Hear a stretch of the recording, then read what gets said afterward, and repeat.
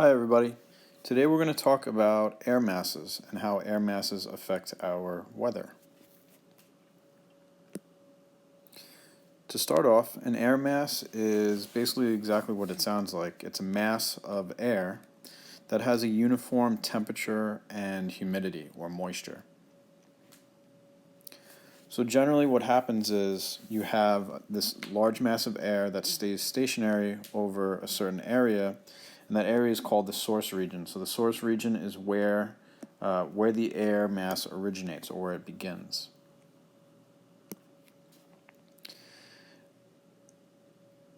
Air masses are always going to be associated with high air pressure. So if you remember the big blue H, right? So what happens is when that high air pressure is stationary for a certain amount of time, the temperature of the air is going to become uniform, as well as the humidity. Once the winds start to blow, then that high air pressure will move. If you recall, that high air pressure always blows outwards and in a clockwise direction.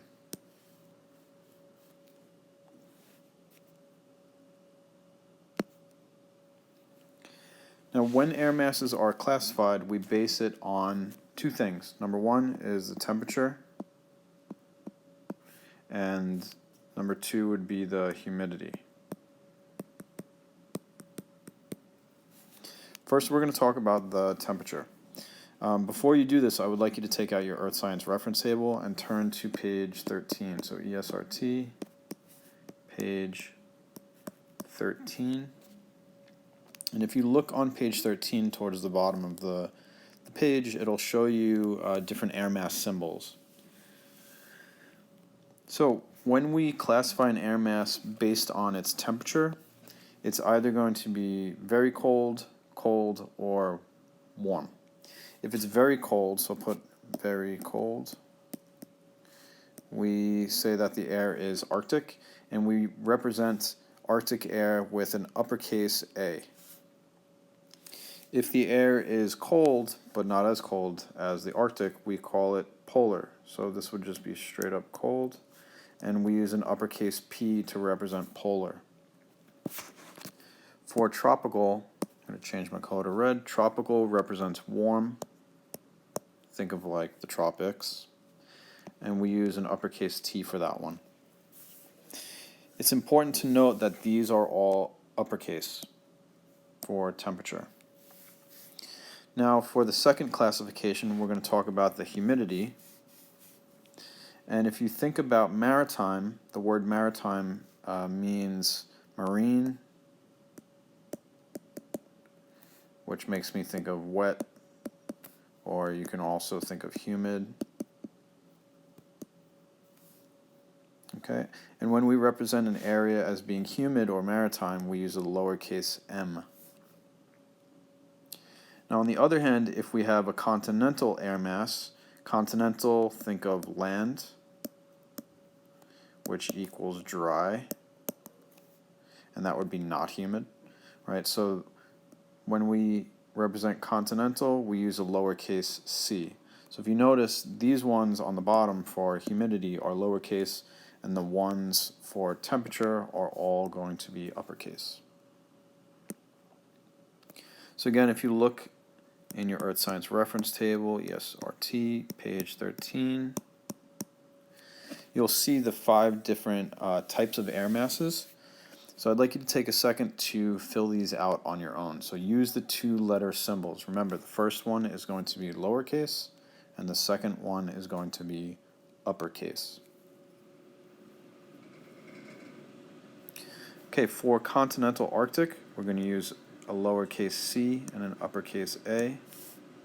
For maritime polar, we're going to use a lowercase m and an uppercase P. For maritime tropical, we're going to use a lowercase m and an uppercase T. Continental polar, lowercase c, uppercase P.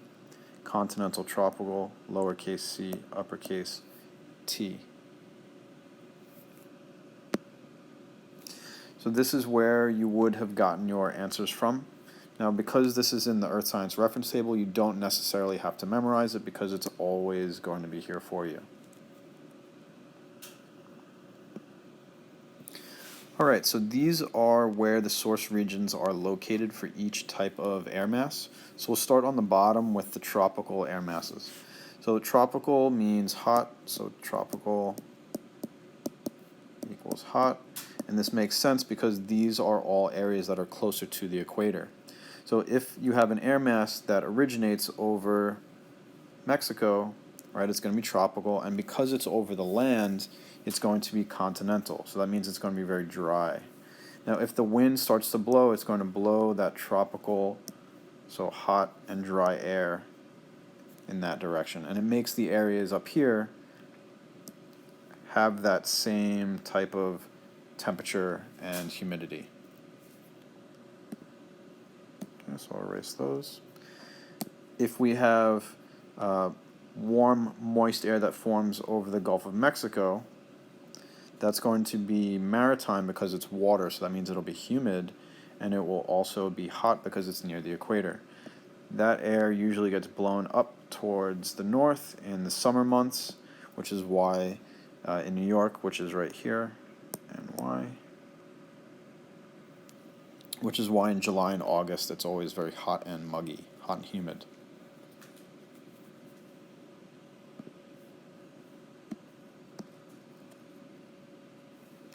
All right, if you lived over in California, let's say Southern California near San Diego or Los Angeles, right, you're often going to be affected by maritime tropical air masses. So those types of air masses are coming from the south, right? So that would be tropical, and it's coming from the ocean, so that's going to be very humid too. So maritime tropical. Now, if you're coming from the north, so the source region is up here, it's going to be very cold. So cold is represented by polar. And if it's coming from central Canada, somewhere in here, it's obviously going to be very cold, and because it's coming from the center of Canada over land, it's going to be very dry. So when we have really cold, dry days in the wintertime in January or February, that's likely where the air is coming from. It's going to affect New York, which is right around here.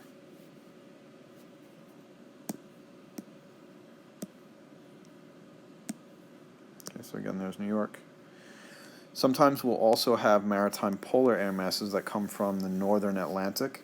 And because it's coming from the ocean, it's going to be maritime, so wet, so very humid, and polar because it's coming from the north. When that occurs, it's usually going to be very cold and will often get snow or precipitation because it's humid and cold. If we were to live over in the Pacific Northwest, so near Washington State, it's generally very cold and humid, so they get lots of precipitation, lots of rain, lots of snow. All right, here's another map, basically shows the same thing. If you are anywhere in the north, so up here, you are going to get colder air masses. If it's coming from the center of Canada, it's going to be very dry, so continental. If it's coming from the ocean, it's going to be maritime, so over in these two areas. If your air masses are originating over, let's say, the Gulf of Mexico, or let's say the southern Atlantic Ocean,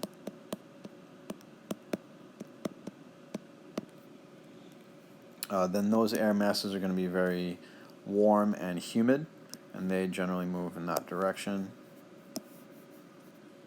If the air mass is coming from central Mexico, it's going to be very dry and hot also, and it'll move in that direction. So depending on the time of year, we are affected by different types of air masses.